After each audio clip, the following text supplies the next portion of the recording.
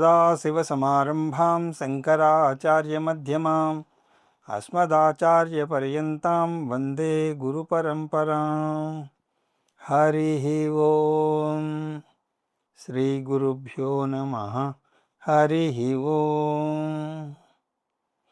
పార్థాయ ప్రతిబోధితాం భగవతా నారాయణేన స్వయం వ్యాసేన గ్రథితాం పురాణమునినాం మధ్యే మహాభారతం.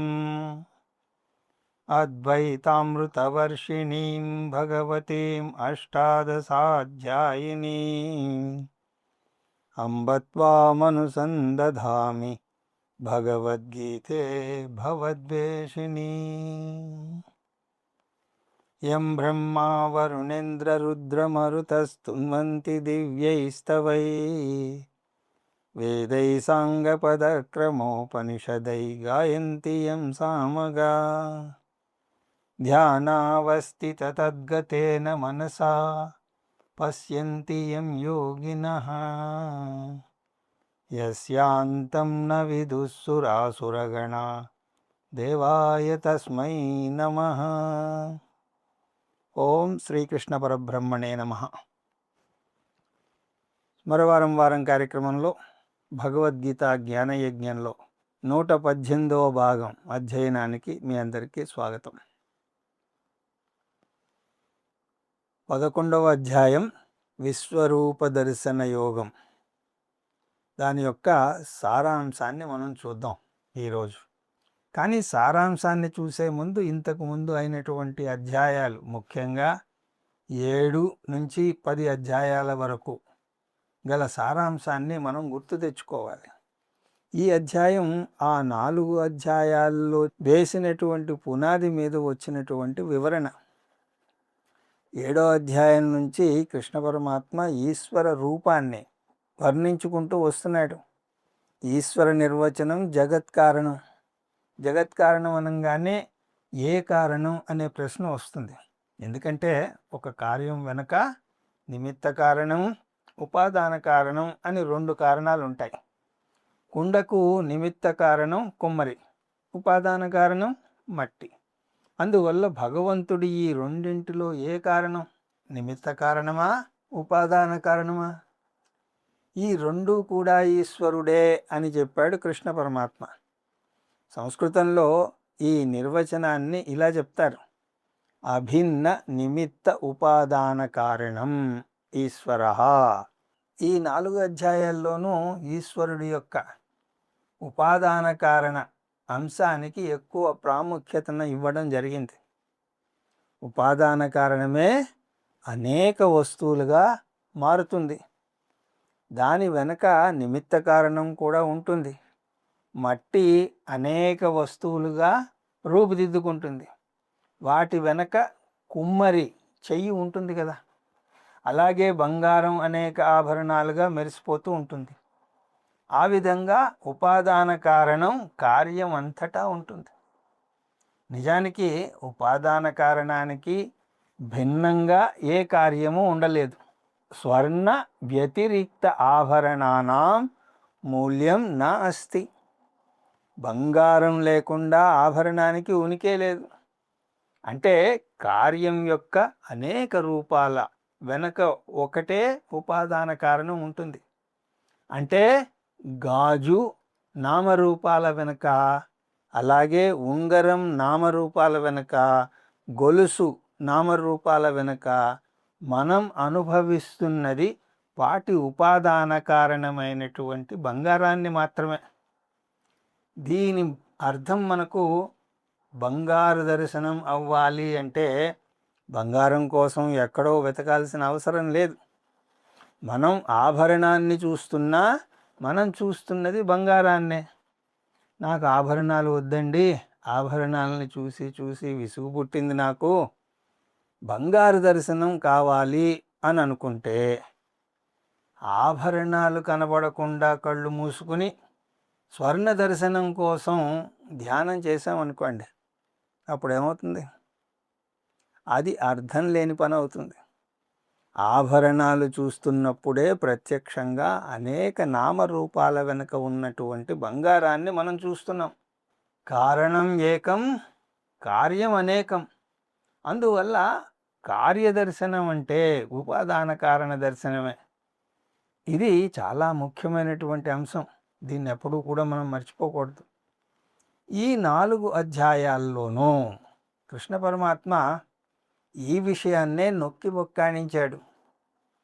ఈశ్వరుడు కొన్ని ఆభరణాలకో కొన్ని కుండలకో మాత్రమే ఉపాదాన కారణం కాదు, మొత్తం జగత్తుకే అతను ఉపాదాన కారణం.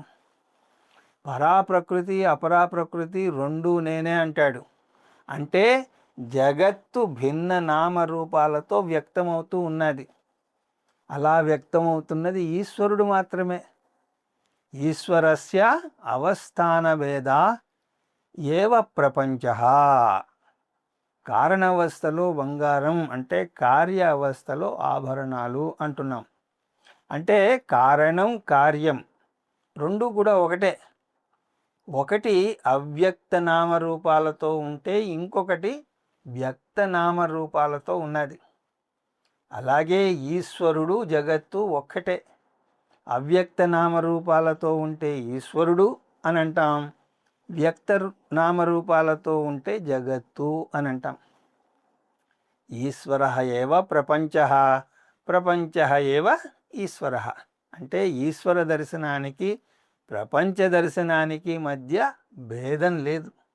అందువల్ల మనం ప్రపంచాన్ని చూస్తున్నా కూడా అనేక నామరూపాలతో ఉన్న భగవంతుణ్ణే మనం చూస్తున్నాం.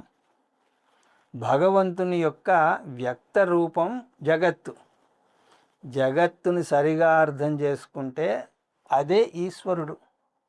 ఈశ్వరుణ్ణి సరిగా అర్థం చేసుకోకపోతే అదే జగత్తు. జగత్తుని ఈశ్వరుని యొక్క వ్యక్త రూపంగా అర్థం చేసుకుంటే అది విశ్వరూప దర్శనం. జగత్తు కొత్తగా ఏం మారదు, జగత్తు అసాధారణంగా ఏం మారదు. కానీ మనం జగత్తును అర్థం చేసుకోవటంలో మార్పు వస్తే, మామూలు జగత్తుని మనం ఈశ్వర రూపంగా చూస్తే ఆ మారినటువంటి దృష్టిని దివ్య చక్షువులు అని అంటారు. జగత్తు మామూలుగా జగత్తే, కానీ మన దృక్పథం అసాధారణంగా ఉంది. అది మనం పెంచుకున్నటువంటి జ్ఞానం వల్ల ఏర్పడింది. ఏమిటా జ్ఞానం? మనం చూస్తున్న ఈ జగత్తు మామూలు జగత్తు కాదు, ఇది ఈశ్వరుని శరీరం. విశ్వ ఏవ రూపం శరీరం యస్య. అందువల్ల విశ్వరూపం అంటే అసాధారణ దర్శనం ఏమీ కాదు. అందుబాటులో ఉన్న సాధారణ జగత్తును అసాధారణ భక్తితో చూడగలగడం. ఇలాగా సాధారణ వస్తువుకి అసాధారణ విలువను ఇవ్వడం మనకేం కొత్త ఏమీ కాదు. ఈ ఉదాహరణ కూడా మనం చాలాసార్లు చూసాం. ఎవరైనా మనకు లడ్డు ఇస్తే మర్యాదగా తిరస్కరిస్తాం. నాకు షుగర్ ఉందండి, తినకూడదు అని చెప్తాం. కానీ అదే లడ్డు తిరుపతి ప్రసాదం అని చెప్పగానే మన దృక్పథం మారిపోతుంది. అందులోంచి కొంచెమైనా సరే తీసుకుని భక్తిగా కళ్ళకద్దుకుని నోట్లో వేసుకుంటాం. కాకపోతే అలా చెయ్యడానికి మనం వెంకటేశ్వర స్వామి భక్తులమై ఉండాలి. ఏ ఆఫ్రికాలో ఉన్న ఆటవీకుని పిలిచి ఇది తిరుపతి ప్రసాదం అంటే అతను ఏ పతి అని మనకేసి యగాదిగా చూస్తాడు. అతనికి ఆ లడ్డు మీద మనకొచ్చినటువంటి పూజ్య భావన రాదు. కానీ మనం అదే లడ్డూని భక్తిగా కళ్ళకు అద్దుకుంటాం. అంటే లడ్డూ ఒకటే, లడ్డూలో భౌతికంగా ఏ మార్పు లేదు. దాన్ని రసాయనికంగా పరీక్ష చేయించినా సరే మామూలు లడ్డూకి తిరుపతి లడ్డూకి ఏం భేదం ఉండదు. మరి భేదం ఎక్కడున్నది? మనం దాన్ని చూసే దృష్టిలో ఉంది. ఆ దృష్టి వెంకటేశ్వర స్వామి గురించి తెలిసినటువంటి జ్ఞానం వల్ల ఏర్పడుతుంది. ఆ దృష్టినే దివ్య చక్షువులు అని అంటారు. ఎవరో మిమ్మల్ని పిలిచి నీకొక అపురూపమైనటువంటి వస్తువుని చూపిస్తాను రా అని ఎంతో మురిసిపోతూ వారింటికి తీసుకువెళ్ళారే అనుకుందాం. అతను లోపల నుంచి ఎంతో భక్తిగా ఒక వస్తువుని తీసుకొచ్చాడు. దాన్ని భద్రంగా దాచిపెట్టాడు. అనేక వస్త్రాలతో దాన్ని భద్రంగా చుట్టి ఉంచాడు. ఒక్కొక్క వస్త్రం విప్పుతున్న కొద్దీ అది ఏమై ఉంటుందా అనే కుతూహలం పెరిగిపోతూ ఉంటుంది కదా. అలా మీకు ఉత్సుకత బాగా పెరిగాక చివరికి ఆ వస్తువుని అపురూపంగా బయటకు తీసి చూపించాడు. ఏమిటది? ఒక పక్క విరిగిపోయినటువంటి గిటార్. ఇదా ఇతను అద్భుతంగా చూపించే వస్తువు అని మీరు ఆశ్చర్యపోతూ ఉండగా ఇంకో పిడుగు లాంటి వార్త కూడా చెప్తాడు. దీన్ని నేను 5 లక్షలకు కొన్నాను తెలుసా అంటాడు. ఎందుకంటే ఇది ఎవరిదనుకున్నావు? హారిసన్ గిటార్ అన్నాడు గర్వంగా.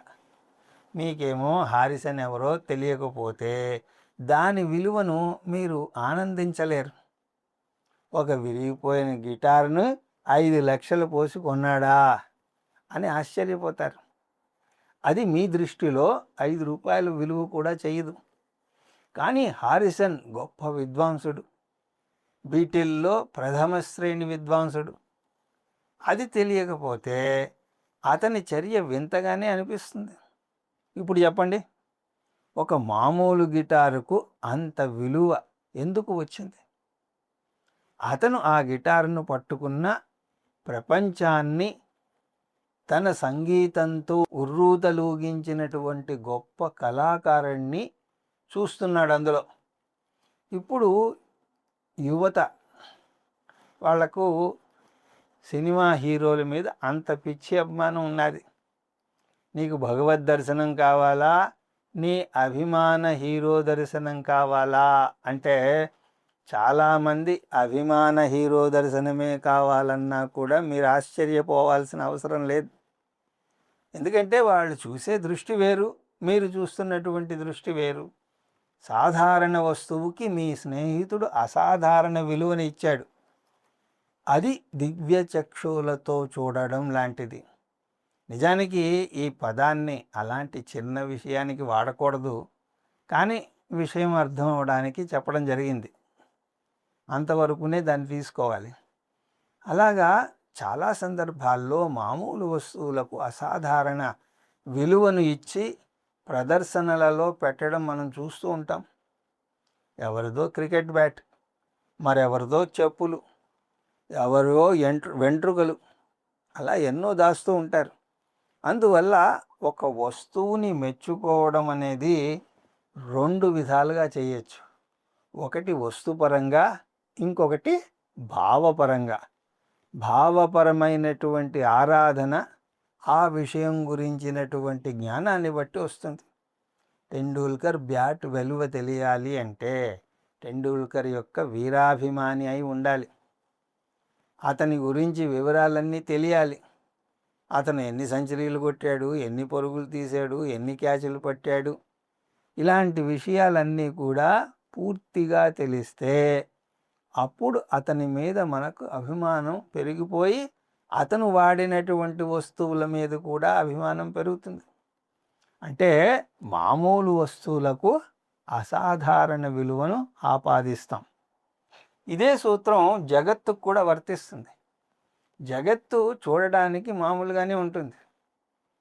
మనం ప్రతిరోజు దానితో వ్యవహారం నడుపుతూనే ఉంటాం. కాబట్టి దానిలో ఏం ప్రత్యేకత కనిపించదు. జగత్తును ప్రత్యేకంగా చూడాలి అంటే ముందు మనకు ఈశ్వర భక్తి ఉండాలి. ఈశ్వర భక్తి ఉండాలి అంటే ఈశ్వర జ్ఞానం ఉండాలి. అంటే ఈశ్వరుడు ఉత్పాదన కారణమని, జగత్తు అనే కార్యం అంతా కూడా ఈశ్వరుడు కారణంగా ఉన్నాడు అని మనకు అర్థం అవ్వాలి. అర్థం అవ్వగానే సరిపోదు, ఈశ్వరుని మీద అనన్య భక్తి ఉండాలి. ఈశ్వరుడు వేరు, జగత్తు వేరు కాదని బాగా జీర్ణించుకోవాలి. అప్పుడు జగత్తు ఒక వెలలేని అమూల్యమైన వస్తువు అనే ఆరాధనా భావన కలుగుతుంది. అలాంటి ఆరాధనా భావన కలగడానికి దాని గురించి జ్ఞానం బాగా పొందాలి, దాన్ని బుద్ధిలో నిలుపుకోవాలి. ఎందుకంటే మనం చూస్తున్న వస్తువు ఏవి బాహ్యంగా మారదు, కానీ అదే వస్తువుని మనం పొందినటువంటి జ్ఞానంతో కొత్త కోణంలోంచి చూస్తున్నాం. పాత వస్తువుని కొత్త దృక్పథంతో చూస్తున్నాం. అప్పుడే విశ్వరూప దర్శనం అర్థమవుతుంది. అలా అర్థమవడానికే కృష్ణ పరమాత్మ 4 అధ్యాయాల్లో వివరించి ఇప్పుడు 11వ అధ్యాయంలో ఈ విశ్వరూప దర్శనాన్ని చూపించాడు. ఈ నేపథ్యంతో అసలు అధ్యాయంలోకి మనం అడుగు పెడదాం. 11వ అధ్యాయాన్ని ప్రధానంగా 7 భాగాలుగా విభజించవచ్చు. అవి ఏమిటి అంటే, మొదట 1 నుంచి 8 వరకు ఉపోద్ఘాత శ్లోకాలు, 9 నుంచి 14 వరకు సంజయుని యొక్క వివరణ, 15 నుంచి 22 శ్లోకాల దాకా విస్మయం లేదా ఆశ్చర్య శ్లోకాలు, 23 నుంచి 30 వరకు అర్జునుడి యొక్క భయం శ్లోకాలు, ఆ తర్వాత 31 నుంచి 34 దాకా అర్జునుడి యొక్క ప్రశ్న, కృష్ణ పరమాత్మ జవాబు, ఆ తర్వాత 36 నుంచి 46 దాకా శరణాగతి లేదా భక్తి శ్లోకాలు, 47 నుంచి 55 వరకు ఉపసంహార శ్లోకాలు. మొదట ఉపోద్ఘాత శ్లోకాల్లో అర్జునుడు తనకు విశ్వరూప దర్శనం ఎలా కలుగుతుంది అని అడిగాడు. దానికి కృష్ణ పరమాత్మ జవాబు చెప్పాడు. విశ్వరూప దర్శనం అంటే భగవంతుని యొక్క ఇంకొక అవతారం కాదు. అలాగ ఇంకొక అవతారం అయి ఉంటే అది చూపించడం కూడా చాలా తేలిక. ఒక క్షణం మెరుపులా మెరిసి అభయహస్తాన్ని చూపించి దీవించి మళ్ళీ అంతర్ధానం అయిపోవచ్చు. కానీ జగత్తుని ఈశ్వరునిగా చూడాలి అంటే దానికి దృక్పథంలో మార్పు రావాలి. అందువల్ల విశ్వరూప దర్శనం చేయడానికే దానికి ప్రత్యేకమైనటువంటి జ్ఞానం కావాలని, దానినే దివ్య చక్షువులు అంటారని చెప్పాడు కృష్ణ పరమాత్మ. నేను నీకు ఆ దివ్య చక్షువులను ప్రసాదిస్తాను అన్నాడు. దీన్నే సాంకేతిక పదజాలంతో చెప్పాలి అంటే అహంకార మమకారాలు లేని మనస్సై ఉండాలి. అహంకార మమకారాలు అంటే నేను, నావారు అంటూ ఉంటారు. విశ్వరూప దర్శనం కావాలి అంటే నాదంటూ ఏమీ లేదు, అంతా భగవంతునిదే అనుకోవాలి. ఇల్లు మన పేరు ఉండవచ్చుగాక, కానీ అది కూడా భగవంతునిదే. శరీరం మన శరీరం అవ్వచ్చు, కానీ అది కూడా భగవంతునిదే. తన్ మన్ ధన్ సబ్ కుచ్ తేరా అని అనగలగాలి. అందువల్ల ఒక్క ముక్కలో చెప్పాలి అంటే అహంకార మమకార రహితం మనః దివ్యచక్షు. అటువంటి దివ్యచక్షువులను కృష్ణ పరమాత్మ ఏర్పాటు చేశాడు అర్జునుడికి.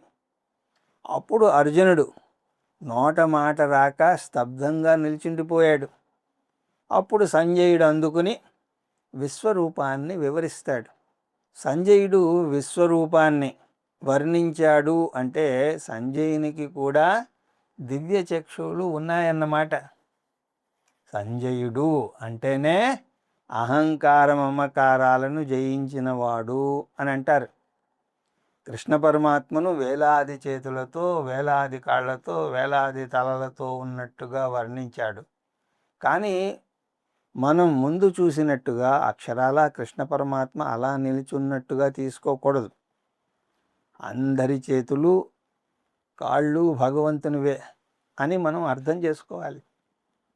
అయం మే హస్తో భగవన్, అయం మే భగవత్తరః, అయం మే విశ్వభేజోయం శివాబ్ని మర్శనః అంటూ రుద్రం అంటుంది. అయం మే హస్తః భగవన్ అంటే నా చేతులను చూసుకుంటే అవి భగవంతుని చేతులే. నా చేతులు భగవంతునివి అంటే తక్కిన వారి చేతులు, వాటి మాట ఏమిటి? నిస్సందేహంగా అవి కూడా భగవంతునివే. సహస్ర శీర్షా పురుష సహస్రాక్షాత్ సహస్రపాద్ అంటూ పురుష సూక్తంలో చూస్తాం. సంజయుడు ఇలాంటి వర్ణన చేశాడు ముందు. ఆ తర్వాత అర్జునుడు దాన్ని వివరించాడు. 3 దశల్లో అర్జునుడి యొక్క స్పందన లేదా విస్మయం లేదా ఆశ్చర్య శ్లోకాలు 15 నుంచి 22 దాకా చూసాం. ఈ శ్లోకాల్లో అర్జునుడి యొక్క ఆశ్చర్యం చూసాం. నిజానికి సృష్టి ఎంతో అద్భుతంగా ఉంటుంది. దాన్ని సరిగ్గా ఆస్వాదించగలిగితేనే మనం కూడా ఆశ్చర్యంగా చూస్తాం. కానీ మనం జగత్తు యొక్క అందాలను ఆస్వాదించలేకపోతున్నాం. ఎందుకంటే ఎంతసేపు మనం అహం మమ అనుకోవడంతోనే సరిపోతోంది. ఏమిటి జీవితం? బెంగలతో నిండిపోయి ఉంటే మనకు నిల్చుని జగత్తులోని అందాలను ఆస్వాదించే తీరికే లేదని వాపోతాడు ఒక ఆంగ్ల కవి. ఒక చేప, ఒక జంతువు, ఒక చీమ, ఒక తేనెటీగ వాటి యొక్క జీవితాన్ని గనక, కదలికలను గనక గమనిస్తే ఎంతో అద్భుతంగా అనిపిస్తుంది. మీరు డిస్కవరీ ఛానల్ కానీ, నేషనల్ ఛానల్, జియోగ్రఫీ ఛానల్ కానీ చూస్తే ఈ అద్భుతాలన్నీ తెలుస్తాయి. ఏ శాస్త్రజ్ఞుడు ఏ అంశంలో పరిశోధన చేసినా కూడా భగవంతుని యొక్క సృష్టిని చూసి అచ్చరు అందక తప్పదు. ఒక చిన్న క్రిమి యొక్క వివరాలు అధ్యయనం చేసినా సరే సృష్టి యొక్క సూక్ష్మమైన మెలకువలకు ఆశ్చర్యపోకుండా మనం ఉండలేం. ఇవన్నీ ఏమిటి? ఈశ్వర విభూతి. సాలెపురుగు అల్లే సాలిగూడు గొప్పదనం, దాని మీద పరిశోధనలు జరుగుతున్నాయి. మనకు ఆ సాలెగూడుని చూస్తే చిరాకు, కానీ అది అల్లినటువంటి సాలెగూడును అర్థం చేసుకోవడానికి వైజ్ఞానికులు ఎంతో కృషి చేస్తున్నారు. అలా సృష్టిలో ఏ అంశాన్ని చూసినా సరే అద్భుతమే, మహా అద్భుతం. ఒకవేళ మీరు ఈశ్వర భక్తులైతే దాన్ని ఈశ్వర విభూతిగా గుర్తిస్తారు. ఆస్ట్రేలియాలో కొన్ని చీమలు ఉన్నాయట. అవి కట్టుకునేటువంటి చీమల పుట్టలు ఒక అద్భుతం. ఎందుకు అంటే బయట వాతావరణం వేడిగా ఉన్నా చల్లగా ఉన్నా కూడా వాటి పుట్ట వాతావరణాన్ని అదుపులో పెడుతుందిట. ఎవరు నేర్పారు వాటికి ఆ విద్యను? అలా వాతావరణాన్ని అదుపులో పెట్టవచ్చు అవి నేర్చుకోలేదే, ఇంజనీరింగ్ కోర్సులు ఏం చేయలేదు. కానీ వాటికి స్వతసిద్ధంగానే ఉంది ఆ శక్తి. ఇలాంటివి చూస్తే ఆశ్చర్యపోకుండా ఎలా ఉండగలం చెప్పండి? ఇలాంటి వాటిని విజ్ఞాన శాస్త్రవేత్తలు ప్రకృతిలోని అద్భుతాలు అంటే ఒక భక్తుడు ఈశ్వరుని విభూతులు అని అంటాడు. అందువల్లనే వేదాంత శిష్యుడు అన్ని రకాల విజ్ఞాన శాస్త్రాల మీద ఆసక్తి చూపిస్తాడు. అది ఆస్ట్రానమీ అవనండి, జియాలజీ అవనండి, బోటనీ అవనండి, థర్మోడైనమిక్స్ అవనండి, ఏదైనా సరే భగవంతుని సృష్టిలో అద్భుతాలను వివరిస్తుంది. ఈ ఆశ్చర్యాలనే అద్భుతంగా వర్ణించాడు అర్జునుడు. ఆ తర్వాత భయం శ్లోకాలు. అర్జునుడు ఆశ్చర్యం నుంచి భయంలోకి వెళ్తాడు. భగవంతుని నోళ్లను చూసి భయపడతాడు. ఇక్కడ కూడా నోరుని అక్షరాలా మనం తీసుకోకూడదు. అది కాలతత్వానికి ప్రతీక. ఇరుపక్షాల సైనికులు కురుక్షేత్రంలో మరణించబోతున్నారు. దాన్ని వ్యాసాచారుల వారు భగవంతుని నోళ్లలోకి వీరు వెళ్ళిపోతున్నట్టుగా వర్ణించారు. కాలం అంటే సృష్టి కారణం, స్థితి కారణం, లయ కారణం కూడా. కాలం కూడా విశ్వరూపంలో ఒక అంశం. మృత్యుదేవతని చూసి భయపడకూడదు. మరణం కూడా మంగళమే. ఈ తరం ఈ భూమిని వదిలి వెళితేనే వచ్చే తరానికి భూమి మీద నిలువ నీడ ఉంటుంది. అర్జునుడు కూడా మరణాన్ని మంగళంగా చూసి ఉండేవాడు. ఎప్పుడు? అందులో భీష్మద్రోణులు లేకపోయి ఉంటే, అతను అహంకార మమకారాలకు అతీతంగా ఉండి ఉంటే మరణం అతన్ని బాధించి ఉండేది కాదు. కానీ అర్జునుడు స్వయంగా అహంకార మమకారాలకు అతీతుడుగా ఎదగలేదు. అతనికి కృష్ణ పరమాత్మ తాత్కాలికంగా దివ్య చక్షువుల్ని ఇచ్చాడు. అరువు తెచ్చుకున్నది శాశ్వతంగా ఉండదు కదా.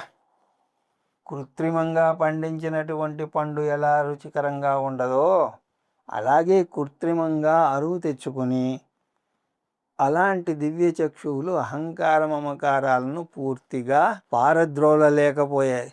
అందువల్ల అతను కూడా సగటు మనిషిలాగానే ప్రవర్తించాడు. పుట్టినవారు ప్రతివారు మరణించక తప్పదు అని అందరూ చిలకలాగా వల్లిస్తారు. కానీ ఆ సూత్రం తన వారికి మాత్రం వర్తించకూడదు అని అనుకుంటారు. మేమిద్దరము మాకిద్దరు అనే చిన్న ప్రపంచంలో మేము మాత్రం బాగుండాలి అని అనుకుంటారు. అర్జునుడు కూడా ఈ అహంకార మమకారాలకి ఏమీ అతీతుడు కాలేదు. అందువల్ల అందరూ మరణించే అంశాన్ని చూసి బాగా భయపడిపోయాడు.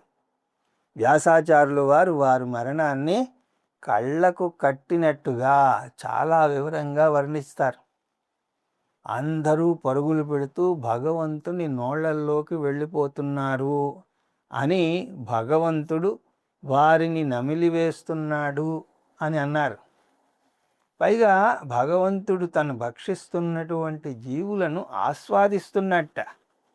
లేలిహ్యాసే గ్రాసమానః సమంతాత్ లోకాన్ సమగ్రాన్ వదనైర్జ్వలద్భిః తేజోభిరాపూర్య జగత్సమగ్రం భాసస్తవోగ్రా ప్రతపత్తి విష్ణో.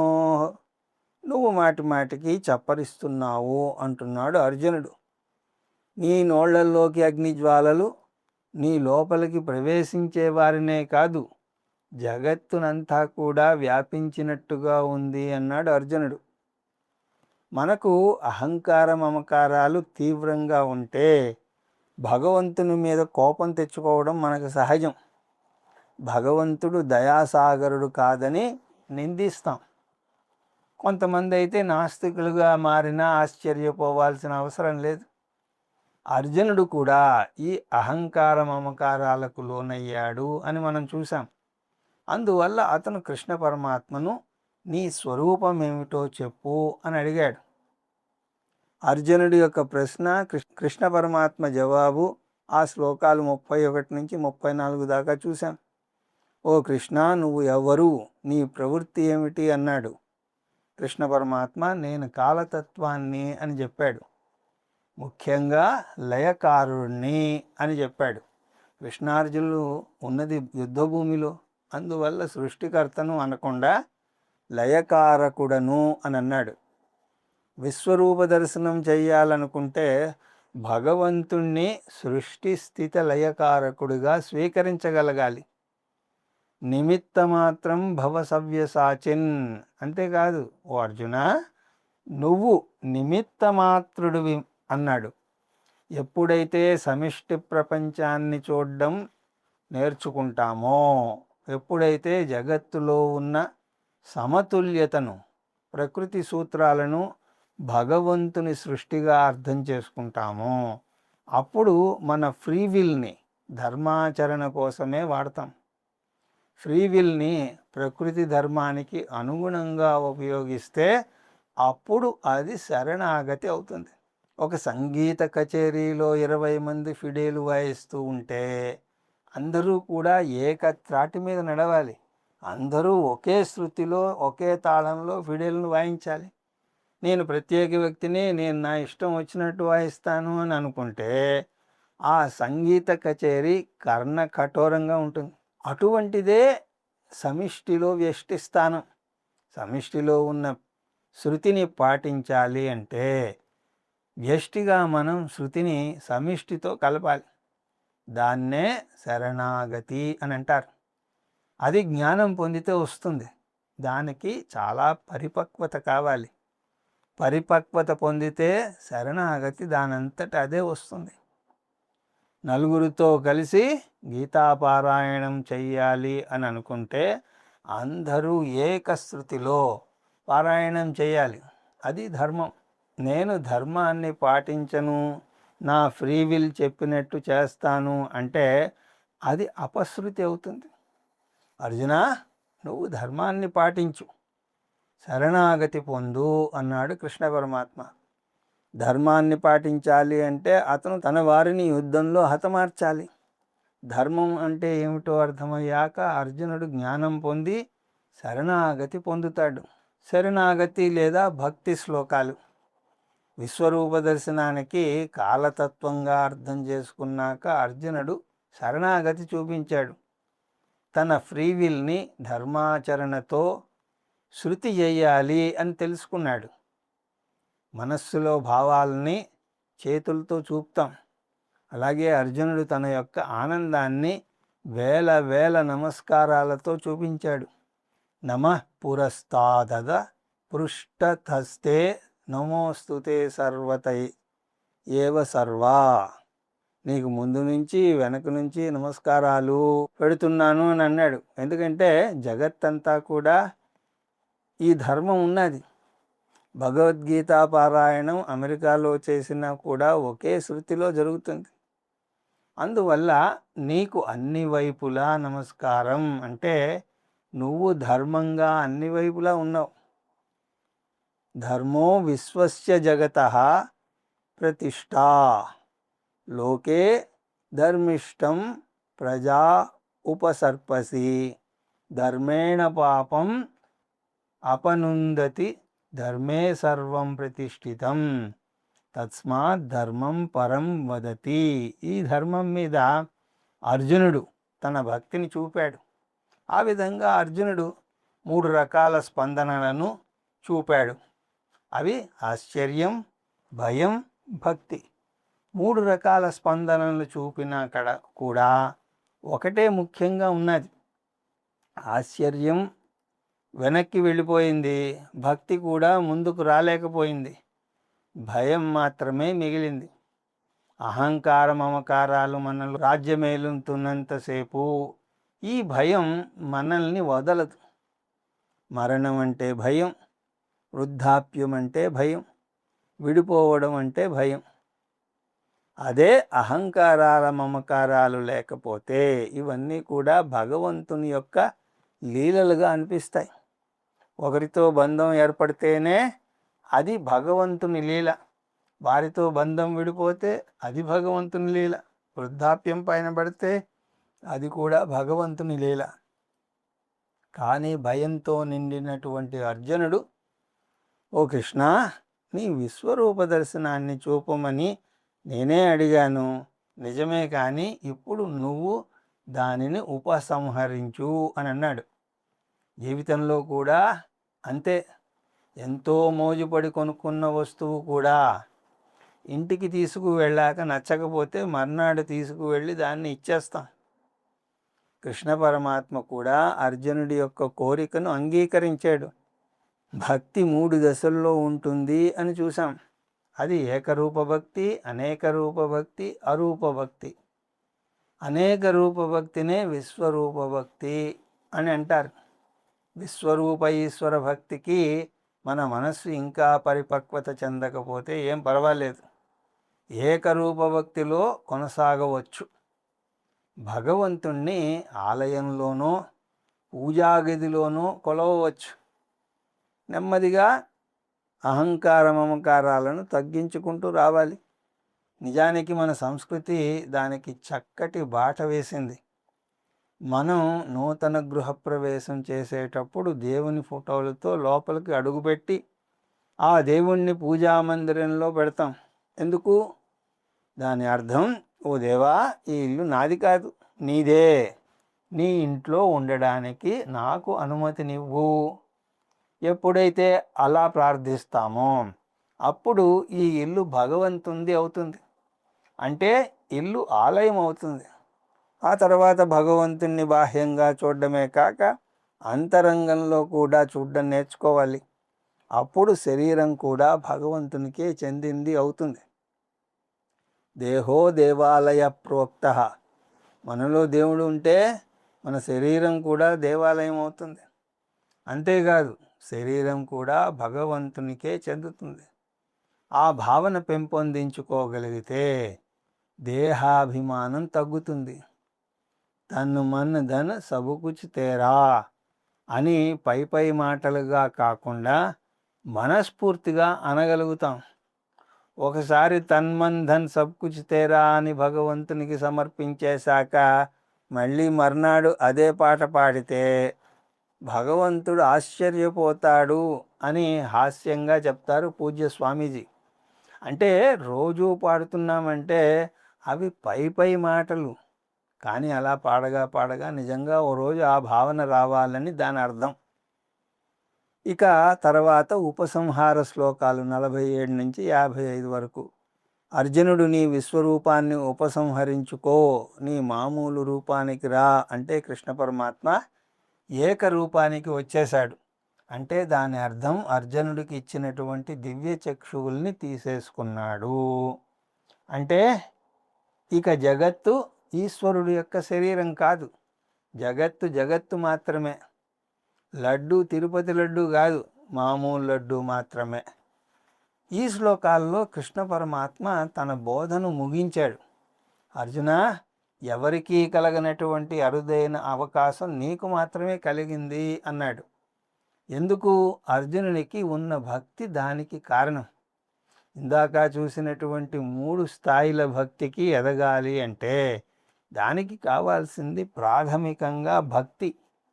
భగవంతుణ్ణి తనకు కావలసినటువంటి లక్ష్యాలు పొందే మార్గంగా కాక భగవంతుణ్ణి లక్ష్యంగా చూడాలి. అలా భగవంతుణ్ణి లక్ష్యంగా చూడాలి అంటే వైరాగ్యం కలగాలి. ఐహిక లక్ష్యాల మీద వైరాగ్యం కలిగితే అప్పుడు అది అనన్య భక్తి లేదా అవ్యభిచారిణీ భక్తి అవుతుంది. దాన్ని కృష్ణ పరమాత్మ ఈ శ్లోకంలో చెప్పాడు. భక్త్యా త్వనన్యయా శక్యా అహమేవం విదోర్జున జ్ఞాతుం ద్రష్టుం చ తత్వేన ప్రవేష్టుం చ పరంతప. అంతేకాదు, ఈ అద్భుతమైన శ్లోకంతో తన బోధను కూడా ముగిస్తాడు. మత్కర్మ కృత్ పరమో మద్భక్త సంగవర్జిత నిర్వైరస సర్వభూతేషు యస్సమామేతి పాండవ. ముందు ఏకరూపభక్తితో మొదలుపెట్టినా పర్వాలేదు, అసలు భక్తి లేకపోయిన దానికంటే కూడా అది నయమే. ముందు సకామ భక్తిగా మొదలవుతుంది. అంటే ప్రాపంచిక లక్ష్యాలు పొందడానికి భగవంతుణ్ణి మార్గంగా ఉపయోగించుకుంటారు. దానికి ఒక ఇష్టమైన దేవతను ఎన్నుకుంటారు. నెమ్మది నెమ్మదిగా దాని నుంచి అనేక రూపభక్తికి ఎదిగి చివరికి తననే పొందుతారు అని అన్నాడు కృష్ణ పరమాత్మ. ఆ విధంగా భక్తిని స్తుతించడం ద్వారా కృష్ణ పరమాత్మ తన బోధను ముగించాడు. విశ్వరూప దర్శనం వల్ల అనేక ఫలాలు పొందుతాం. వాటిలో కొన్ని ఫలాలను ఇప్పుడు చూద్దాం. ఈ ఫలాలు విభూతి యోగానికి, విశ్వరూప దర్శన యోగానికి కూడా వర్తిస్తాయి. ద్వేష పరిహార. విశ్వరూప దర్శనం చేయగలిగితే ఈ విశ్వంలో దేన్ని కూడా ఇక ద్వేషించం. ఎందుకంటే విశ్వంలో ప్రతిదీ కూడా భగవంతునిలో ఒక భాగమే. అప్పుడు జగత్తును 2గా విభజించం. రాగ విషయము, దేశ విషయము అనేటువంటి బిరుదులు వాటికి ఆపాదించం. ప్రతిదానికి ఒక స్థానం ఉంటుంది.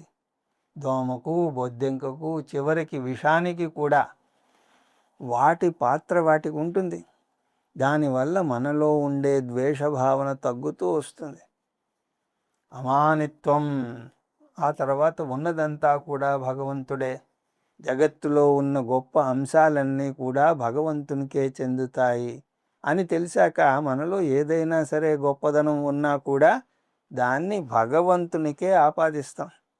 మనం సంగీతంలో ఆరితేరినా కూడా, లేకపోతే నాట్యం చేయగలిగినా సరే, అమోఘమైనటువంటి తెలివితేటలు ఉన్నా సరే, అపురూపమైనటువంటి సౌందర్యం ఉన్నా కూడా అది మన గొప్పదనంగా విర్రవీగకుండా అణుకువతో అది భగవంతుని విభూతిగా భావించగలుగుతాం. అంటే గర్వం ఉండదు. ఆ తర్వాత సర్వత్ర పూజ్యత్వ భావన. మనం చూసే ప్రతి దాంట్లోనూ కూడా దైవత్వమును ఆపాదిస్తాం. అది మామూలుగా విషయంగా అనిపించదు. పొద్దున్న లేస్తూనే ఈ ప్రార్థన మనం చేస్తాం. సముద్రవసనే దేవి పర్వతస్థన మండలే విష్ణుపత్ని నమస్తుభ్యం పాదస్పర్శం క్షమస్వమే. భూమి మీద పాదం మోపుతున్నందుకు క్షమాపణ కోరుకుంటాం. అలాగే నీటిని పూజిస్తాం. ఆపోవా ఇదగం సర్వం విశ్వభూతాన్యాపహ ప్రాణావా ఆపహ పసవ ఆపహ. అందరు దేవతలకు నమస్కారం చేస్తాం. నమో బ్రహ్మణే నమస్తే వాయో. అలాగే దిక్కులన్నింటికీ కూడా నమస్కారం చేస్తాం. ప్రాశ్చై దిశే నమ, దక్షిణాయై దిశే నమ, ప్రతీచై దిశే నమ, ఉదీచ్యై దిశే నమ, ఊర్ధ్వాయ దిశే నమ, అధరాయ దిశే నమ, అంతరిక్షాయ నమ, భూమ్యై నమ అంటూ ప్రకృతిని ఆరాధిస్తాం. సర్వత్ర పూజ్యత్వ భావన కలుగుతుంది. సర్వమత సమభావన. మనకంటూ ఒక ఇష్టదేవత ఉన్నా కూడా అందరూ దేవుళ్లను సమానంగా చూస్తాం. మనం విష్ణు భక్తులమైనా కూడా శివభక్తుల్ని ఏమీ అనం. చిత్త విశాలత. ఇంకొక గుణం, మనస్సు విశాలంగా అవుతుంది. సమిష్టిని చూడడం నేర్చుకోవడం వల్ల సంకుచిత భావన పోతుంది. ఆదిత్యాం తర్పయామి, సోమం తర్పయామి, అంగారకం తర్పయామి, బుధం తర్పయామి, అలా సంధ్యావందనంలో ప్రార్థిస్తాం. ఇవన్నీ కూడా విశ్వరూప దర్శనం యొక్క ఫలాలు.